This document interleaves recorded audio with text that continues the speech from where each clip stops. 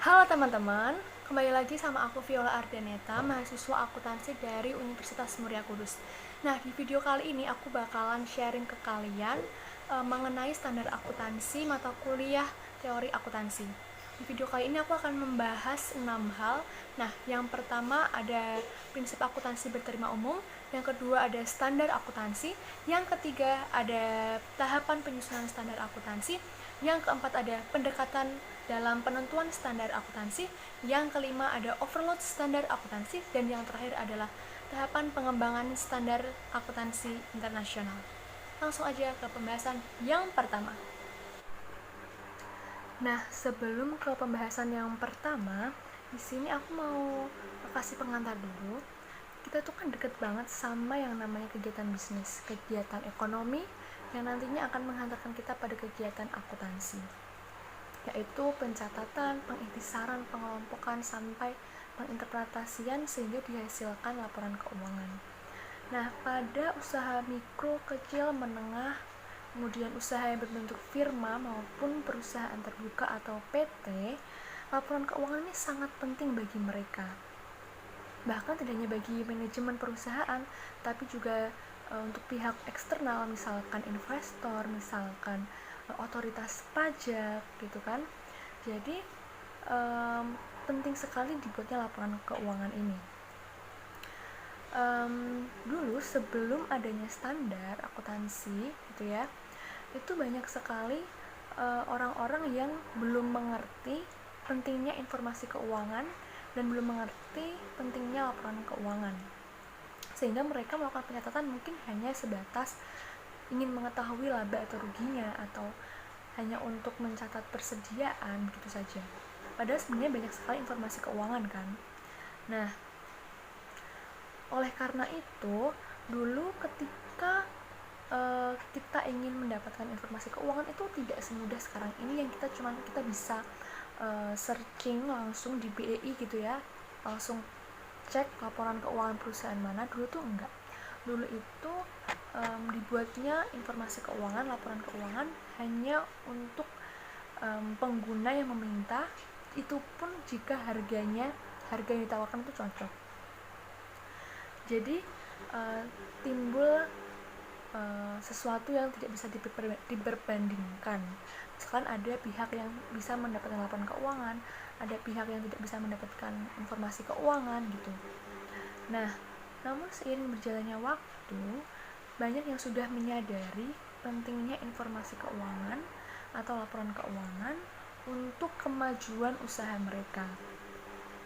Dan disitu tuh mulai dibuatlah laporan keuangan, namun dengan versi mereka masing-masing. Jadi versi per perusahaan atau setiap usaha itu memiliki versi laporan keuangannya masing-masing. Dari situ mulailah tuh timbul bagaimana sih menyusun laporan keuangan yang baik, bagaimana laporan keuangan yang isinya itu lengkap, yang isinya itu bagus gitu. Sedangkan bagi pihak pengguna laporan keuangan, mereka tidak bisa membandingkan laporan keuangan misalkan perusahaan A dengan perusahaan B atau usaha A dengan usaha B. Tidak bisa diperbandingkan. Kenapa?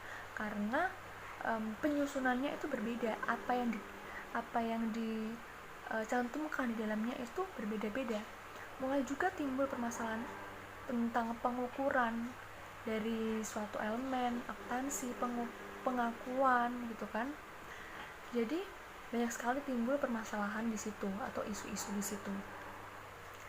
Karena isu-isu tersebut, maka mulai merasakan pentingnya dibuat standar akuntansi agar supaya apa? Supaya antar perusahaan atau perusahaan satu dengan yang lainnya itu laporan keuangannya bisa diperbandingkan. Karena apa? Karena susunannya sama, isinya sama, pengukurannya sama, pengungkapannya sama, penyajiannya, strukturnya kurang lebih sama, sehingga bisa diperbandingkan. Itu pun tidak langsung gitu ya, jadi perlu tahapan. Makanya itu tahap awalnya adalah di pembahasan kita yang pertama mengenai prinsip akuntansi berterima umum. Apa itu prinsip akuntansi berterima umum? atau GAAP, prinsip akuntansi berterima umum atau GAAP yaitu Generally Accepted Accounting Principle adalah konsep, standar, prosedur, metode yang dipilih dan dianggap berterima umum atau diterima secara umum oleh banyak pihak karena dianggap sudah biasa dilakukan dalam praktik bisnis, yang kemudian dijadikan pedoman dalam penyusunan hingga penyajian laporan keuangan. Sehingga isi dari GAAP ini sangat mempengaruhi dari kualitas laporan keuangan yang dihasilkan.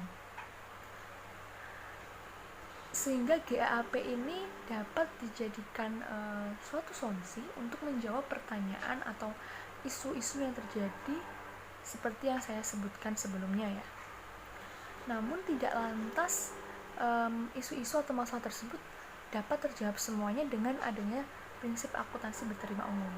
Karena sebenarnya prinsip akuntansi berterima umum ini juga masih menimbulkan masalah karena kata berterima umum ini dianggap masih kurang jelas. Berterima umum ini dapat diartikan sebagai metode yang berbeda-beda. Jadi perusahaan dapat menggunakan metode yang berbeda-beda selama metode tersebut diterima oleh banyak pihak dan sudah biasa digunakan dalam praktik bisnis. Sehingga hal ini yang masih menjadi permasalahan. Oleh karena itu penting untuk diberikan atau untuk ditetapkan standar supaya tahu metode mana yang dianggap dikategorikan masuk dalam kategori berterima umum ini. Harus ada tolak ukurnya supaya suatu metode ini dapat digunakan, supaya metode ini dapat dikatakan berterima umum. Nah, syaratnya apa? Tolak ukurnya apa? Yang pertama ada suatu metode itu dapat diterima secara umum apabila dapat digunakan untuk menyelesaikan suatu kasus. Yang kedua, mendapat dukungan secara pengumuman gitu ya dari kelompok, komunitas, badan akuntansi atau dari profesional akuntansi. Yang ketiga, mendapatkan dukungan secara tertulis dari pihak-pihak yang berkepentingan, misalkan ahli akuntansi, misalkan akademisi, para pemikir gitu. Jadi harus memenuhi tiga ini. Suatu metode ini harus memenuhi tiga syarat ini supaya dapat dikatakan berterima umum, dapat dijadikan pedoman untuk penyajian laporan keuangan. Nah, dari mana sih isi GAAP ini? Seiring berjalannya waktu, isi dari GAAP ini mulai berkembang dari diberikan dari buah pemikiran pedoman akuntansi dan audit industri dari AICPA, kemudian dari publikasi FASB, dari artikel-artikel, textbook, praktik yang sudah banyak diakui, kemudian adanya kajian-kajian praktik dari suatu isu oleh profesional gitu ya. Jadi yang membuat isi dari GAAP ini dapat diterima dan dapat diuji karena disusun, ditulis oleh pemikiran dari orang-orang yang memang ahli di bidangnya. Isi dari GAAP ini berasal dari berbagai sumber yang kemudian dikategorikan menjadi 4 tingkatan. Jadi misalkan ada suatu isu atau kasus, maka dapat diselesaikan dengan berdasar pada sumber dari tingkatan pertama ini. Apa saja sih tingkatan pertama ini isinya? Yang pertama ada FASB Statement, FASB Interpretation. FASB itu Financial Accounting Standard Board atau Badan Standar Akuntansi Keuangan. Kemudian ada APB Opinion. Kemudian ada AICPA Research Accounting Research Bulletin. AICPA ini adalah American Institute of Certified Public Accounting. Kemudian jika memang masih belum terselesaikan atau isu ini masih dianggap sulit, maka dapat bersumber atau berdasar pada tingkatan yang kedua, yaitu ada AICPA Industry Audit Guides, AICPA Industry Accounting Guides, dan juga ada AICPA Statement of Position. Kemudian di tingkatan yang ketiga ada FASB Technical Bulletin, ada AICPA Accounting Interpretation, ada Prevalent Industry Practices, dan pada tingkatan yang keempat atau tingkatan yang terakhir itu ada APB Statement, AICPA Issue Paper, Professional Pronouncement, FASB Concept Statements, Textbook, dan artikel. Pembahasan yang kedua adalah standar akuntansi. Nah, dari tadi aku sering kali menyebut kata atau kalimat standar akuntansi. Tapi sebenarnya apa sih standar akuntansi itu? Nah, standar akuntansi adalah pedoman yang dikeluarkan, yang dibuat oleh badan resmi dengan maksud untuk menyeragamkan, mensejajarkan, menyamaratakan mengenai metode penyusunan, pengukuran, penginterpretasian, pencatatan, hingga penyajian laporan keuangan di lingkungan tertentu, baik lingkungan nasional maupun lingkungan internasional. Nah, untuk standar akuntansi lingkungan nasional, biasanya suatu negara mengadopsi standar akuntansi internasional karena memang standar akuntansi internasional sudah ada sebelumnya, sehingga mereka tinggal mengadopsi suatu hal yang sudah teruji, yang sudah dibahas oleh para ahli, yang kemudian tinggal menyesuaikan dengan lingkungannya masing-masing, dengan keadaan bisnis dan ekonominya masing-masing, sehingga bisa tetap relevan dilaksanakan di lingkup nasional. Sedangkan ketika sudah ada standar akuntansi nasional, standar akuntansi internasional tetap masih penting ya teman-teman. Kenapa? Karena standar akuntansi internasional ini bisa menjadi bisa menjadi kiblat bagi negara-negara, setiap negara, supaya mereka ini tidak ketinggalan akan adanya update atau kemajuan di bidang akuntansi. Karena apa? Karena semuanya bisa mengakses standar akuntansi internasional ketika memang ada kemajuan, ketika ada perubahan gitu, sehingga antar negara ini tidak ketinggalan mengenai kemajuan dari standar akuntansi gitu. Dan juga penting ketika memang ada transaksi akuntansi internasional, sehingga standar akuntansi internasional ini bisa menjadi dasar pembelajaran ketika seseorang ingin mempelajari standar akuntansi di negara-negara yang lainnya, karena pasti dasarnya sama, standar akuntansi internasional, cuman ada perbedaan atau perubahan di masing-masing negara, itu pun mungkin tidak terlalu banyak. Yang penting dasarnya adalah standar akuntansi internasional yang memang sudah diakui secara internasional atau global. Nah, kemudian dalam standar akuntansi ini terdapat bagian-bagiannya gitu ya. Ada bagian yang pertama, deskripsi masalah, karena yang sudah aku sebutkan tadi, standar akuntansi ini muncul karena adanya permasalahan, adanya isu, pertanyaan gitu ya. Jadi yang pertama adalah bagian yang pertama adalah deskripsi masalah. Nah, ketika ada masalah tersebut maka didiskusikan gitu kan. Setelah didiskusikan muncullah solusi atau keputusan dengan outputnya itu pernyataan dalam standar akuntansi. Nah, standar akuntansi ini dibuat harus memenuhi kriteria atau menghasilkan, jadi standar akuntansi ini harus mampu menghasilkan laporan keuangan yang transparan, yang berkualitas, mudah dipahami. Nah, ada 4 tipe standar akuntansi berdasarkan subjek standarnya. Yang pertama ada pemberitahuan dari akuntan ke pemakai.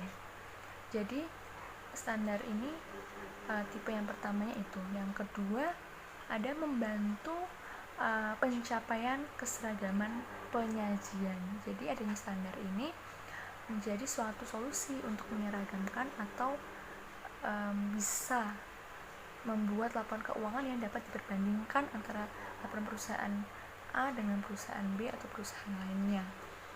Yang ketiga adalah tipe standar pengungkapan hal-hal khusus. Dan yang terakhir adalah keputusan implisit atau eksplisit tentang aktiva dan laba. Selain adanya 4 tipe standar tersebut, kita juga harus tahu nih arti penting dari standar akuntansi itu apa.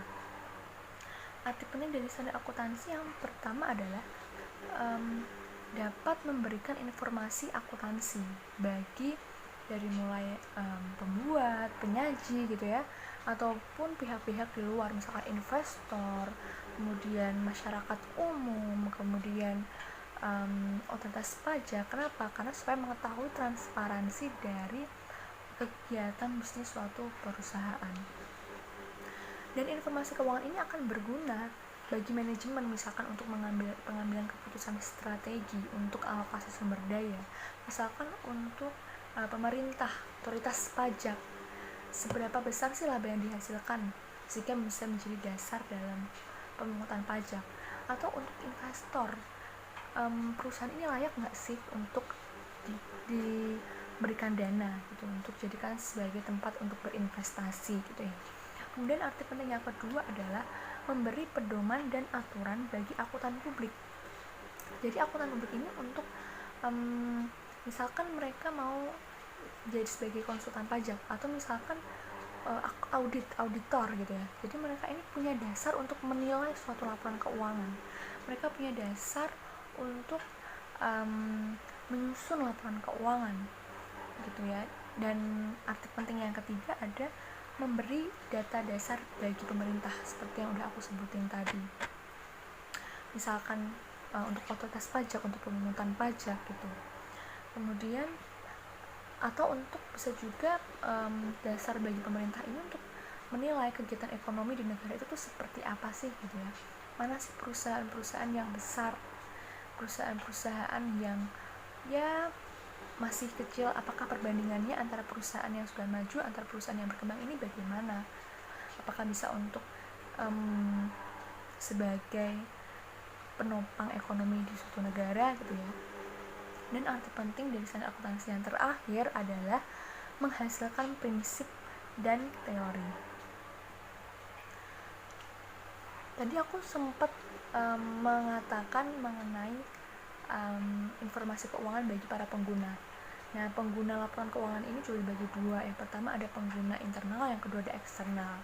Yang pengguna internal pasti udah pada tahu ya, karena aku tadi udah sebutin, kayak misalkan manajemen, karyawan. Misalkan karyawan ingin mengetahui berapa sih laba dari perusahaan tempat saya bekerja ini, kok gaji saya ini nggak naik-naik gitu kan.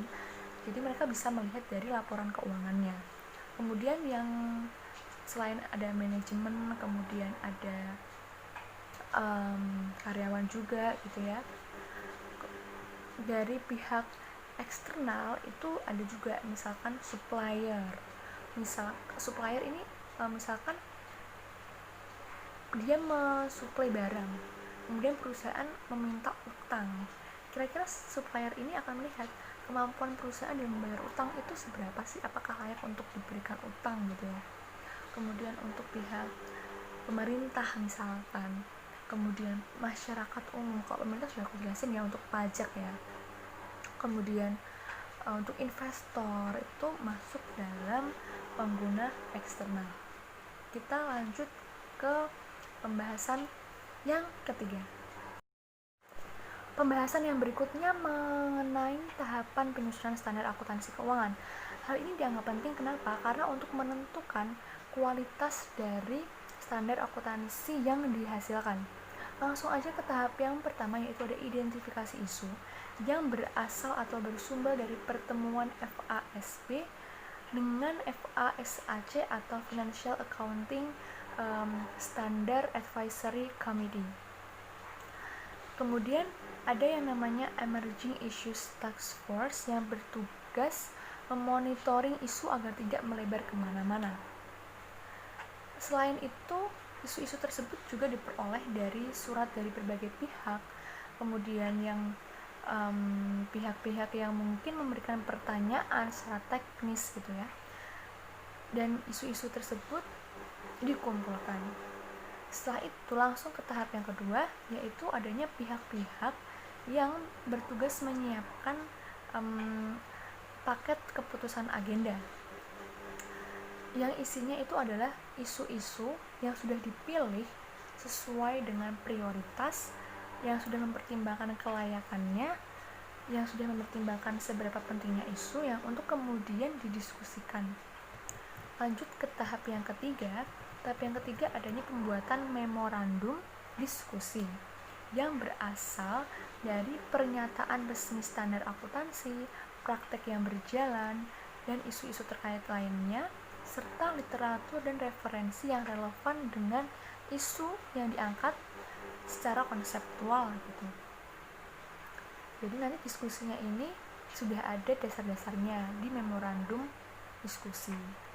Kemudian tahap yang keempat adalah practical consideration yang dilakukan secara terus-menerus untuk mengantisipasi penerapan standar. Yang kemudian pada tahapan ini menerima masukan dari berbagai pihak. Jadi ketika sudah didiskusikan dan ditentukan dasar-dasarnya pada pembuatan memorandum diskusi, maka untuk mengantisipasi adanya sesuatu hal yang miss atau terlewat, maka kemudian dilakukan jajak pendapat atau mendengar pendapat dari berbagai pihak, bisa melewati komentar, bisa lewat surat gitu ya, atau langsung mendengarkan pendapat publik. Setelah itu maka dilakukan field test. Tahap terakhir adalah post issuance effort, yaitu memonitoring konsekuensi dari standar. Jadi monitoring ketika standarnya sudah dibuat gitu ya, apakah standar ini dalam penerapannya terjadi banyak masalah atau tidak, apakah standar ini mudah dipahami dan diterima atau tidak. Dengan cara apa? Dengan cara mengidentifikasi, menganalisis, mengevaluasi adanya masalah-masalah yang sudah pasti ya, namanya penerapan standar tidak langsung bisa sempurna dalam pelaksanaannya, pasti ada masalah. Nah itu tadi dievaluasi, diidentifikasi lagi. Lanjut ke pembahasan yang berikutnya. Pembahasan kali ini mengenai pendekatan dalam penentuan standar. Ada dua. Yang pertama ada pendekatan pasar bebas, dan yang kedua ada pendekatan regulasi. Yang pertama pendekatan pasar bebas. Pendekatan pasar bebas ini namanya juga pasar bebas. Jadi setiap usaha atau perusahaan tidak diwajibkan untuk membuat laporan keuangan, atau tidak ada aturan bakunya dalam proses penyusunan laporan keuangan. Dengan demikian menyebabkan terjadinya kegagalan pasar yang disebabkan dihasilkannya asimetri informasi atau informasi-informasi yang tidak dapat diperbandingkan antara perusahaan satunya dengan perusahaan yang lain. Jadi memang terserah dari atau bergantung atau sesuai kebijakan dari perusahaannya masing-masing. Ada pihak yang bisa mendapatkan informasi keuangan, ada pihak yang tidak dapat mendapatkan informasi keuangan. Nah, kegagalan pasar ini disebabkan karena apa sih? Yang pertama, karena perusahaan tidak mau mengungkapkan informasi tertentu. Karena tidak ada standarnya gitu ya, kan tidak ada aturan bakunya. Jadi perusahaan itu bebas saja mau memasukkan informasi apa dalam laporan keuangannya. Misalkan ada informasi yang sekiranya publik atau pengguna laporan keuangan tidak perlu tahu, karena mungkin ketika tahu akan merugikan perusahaan gitu ya, maka mereka tidak mencantumkan informasi tersebut. Bisa menimbulkan kegagalan pasar atau asimetri informasi. Yang kedua, adanya kecurangan atau kesalahan yang memang disengaja. Jadi misalkan untuk membuat laporan keuangannya, untuk menyatakan bahwa perusahaannya ini perusahaan yang baik, yang bagus, maka mereka sengaja melakukan berbagai macam kecurangan. Nah, maka menyebabkan kegagalan pasar. Yang ketiga, ada kegagalan pasar karena investor tidak dapat mengubah keputusan yang dibuat sebagai bentuk adaptasi dari berkembangnya proses akuntansi dengan mungkin adanya data-data yang baru gitu. Yang keempat, adanya bermacam prosedur atau teknik yang dianggap benar. Karena pasar bebas, tidak ada aturan baku, maka dapat setiap perusahaan dapat menggunakan prosedur dan tekniknya masing-masing, sehingga menimbulkan informasi yang tidak bisa diperbandingkan dan menimbulkan asimetri informasi. Pendekatan yang kedua adalah pendekatan regulasi. Pendekatan regulasi ini menjadi solusi bagi kegagalan pasar atau asimetri informasi yang terdapat pada pendekatan pasar bebas.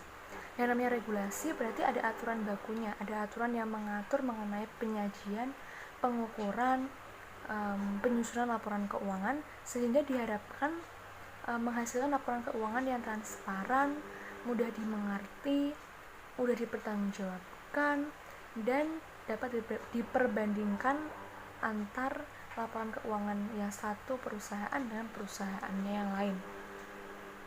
Nah, namun aturan ini tidak lantas menjadi aturan yang kaku, melainkan dapat berkembang, ditambah, dikurangi, dirubah sesuai dengan berkembangnya aktivitas bisnis, aktivitas ekonomi maupun aktivitas akuntansi. Nah, adanya pendekatan regulasi ini menimbulkan suatu permasalahan atau suatu pemikiran mengenai siapa yang menyusun regulasinya. Ada dua pihak, yang pertama pihak swasta, yang kedua ada pihak pemerintah. Sebagian orang menganggap bahwa pihak swasta merupakan pihak yang tepat untuk menyusun regulasi. Mengapa? Karena standar akuntansi ini erat kaitannya dengan pihak swasta, misalkan profesi akuntan, auditor, kemudian ada juga pihak-pihak swasta, misalkan banyak sekali perusahaan milik swasta yang sudah melakukan praktik bisnis. Jadi sebagian orang ini menganggap tepat bila dipegang oleh swasta.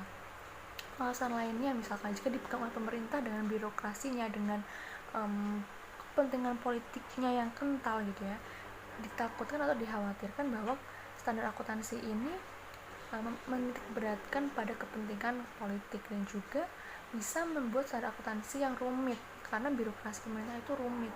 Bahkan bisa juga karena adanya birokrasi pemerintah, maka birokrasi pemerintah yang panjang ini menyebabkan harga yang dikeluarkan untuk penyusunan standar akuntansi ini menjadi mahal.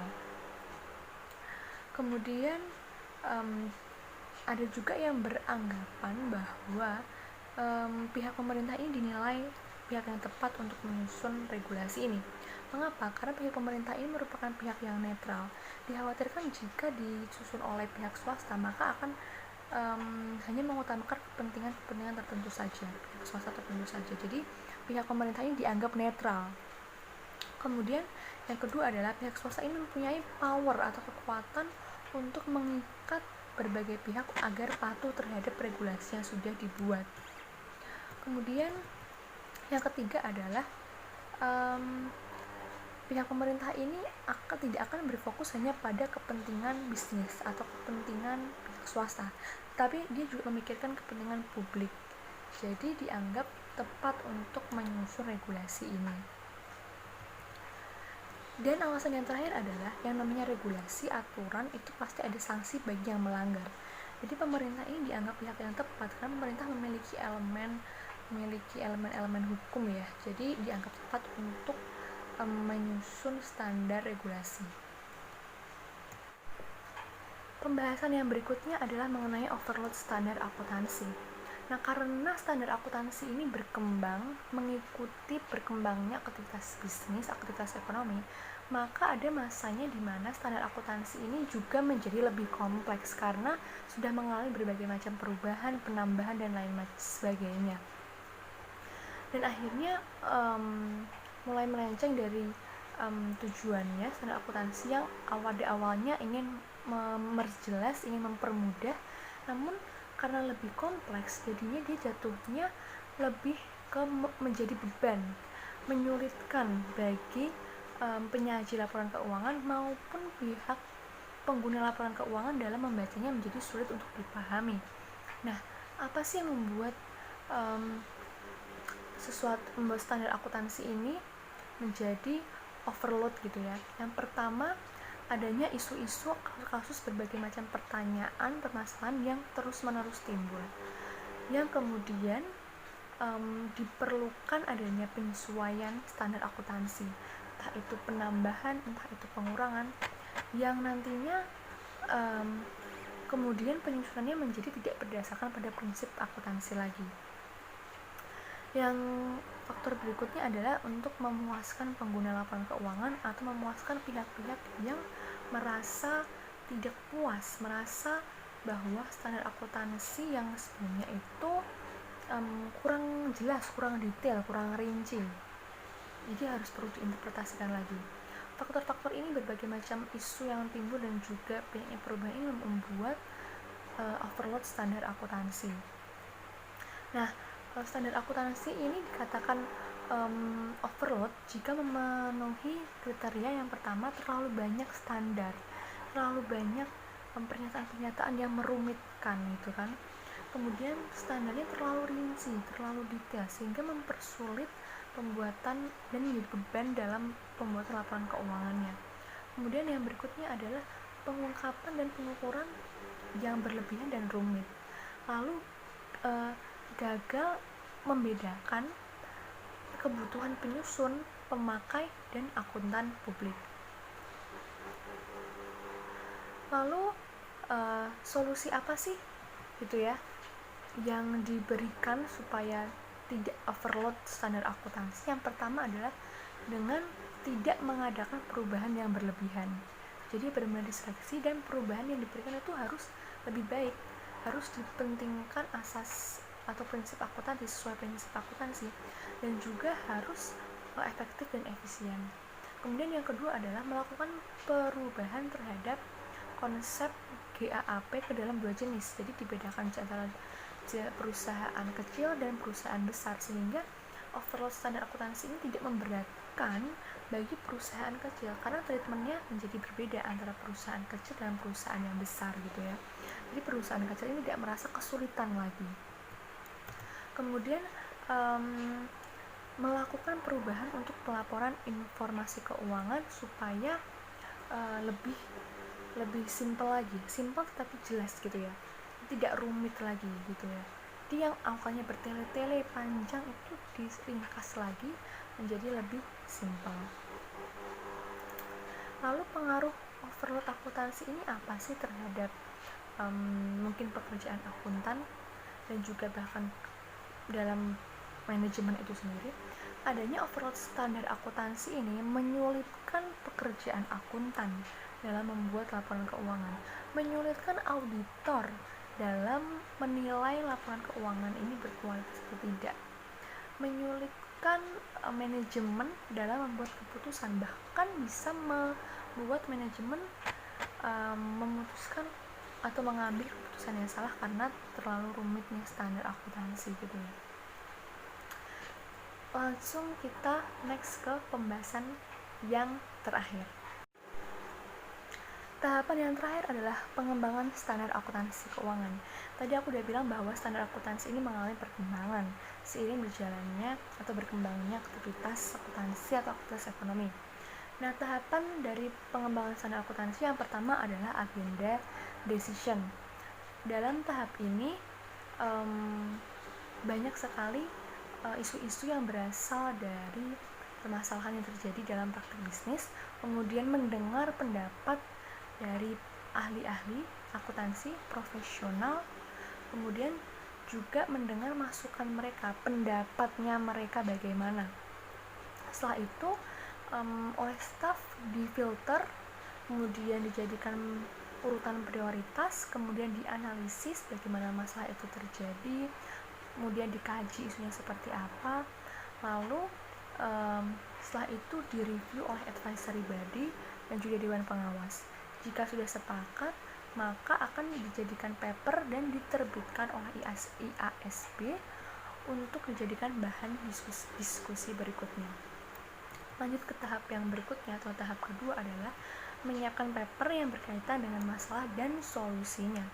Nah, tadi udah diterbitkan paper. Dalam tahap kedua ini dilakukan diskusi. Biasanya terdapat perdebatan yang membutuhkan waktu yang lama karena harus benar-benar didiskusikan yang matang gitu ya. Bahkan dalam diskusi ini, dalam penyelesaian masalahnya juga mendengarkan pendapat dari negara lain, karena ini kan standar internasional, jadi harus melibatkan berbagai macam negara yang memang mau untuk menyampaikan pendapat mereka.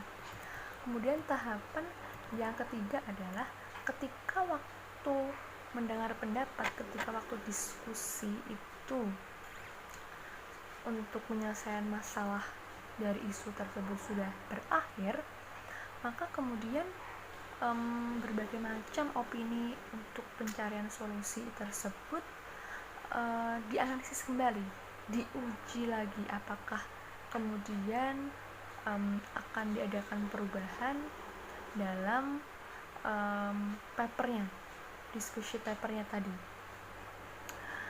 Nah, tahapan ini juga ada perdebatan lagi ya gitu, sebelum nantinya dihasilkan exposure draft yang nantinya akan dikirim ke masing-masing anggota untuk mendapatkan persetujuan minimal 9 dari 15 anggota supaya dapat diterbitkan. Tahapan terakhir yaitu staff dan board akan melakukan proses yang sama, yakni mendengar komentar terhadap exposure draft. Jadi memang dasarnya ini adalah penyatuan berbagai macam pendapat untuk menyelesaikan suatu masalah, dipilih yang terbaik sehingga menghasilkan standar yang baru itu yang berkualitas gitu.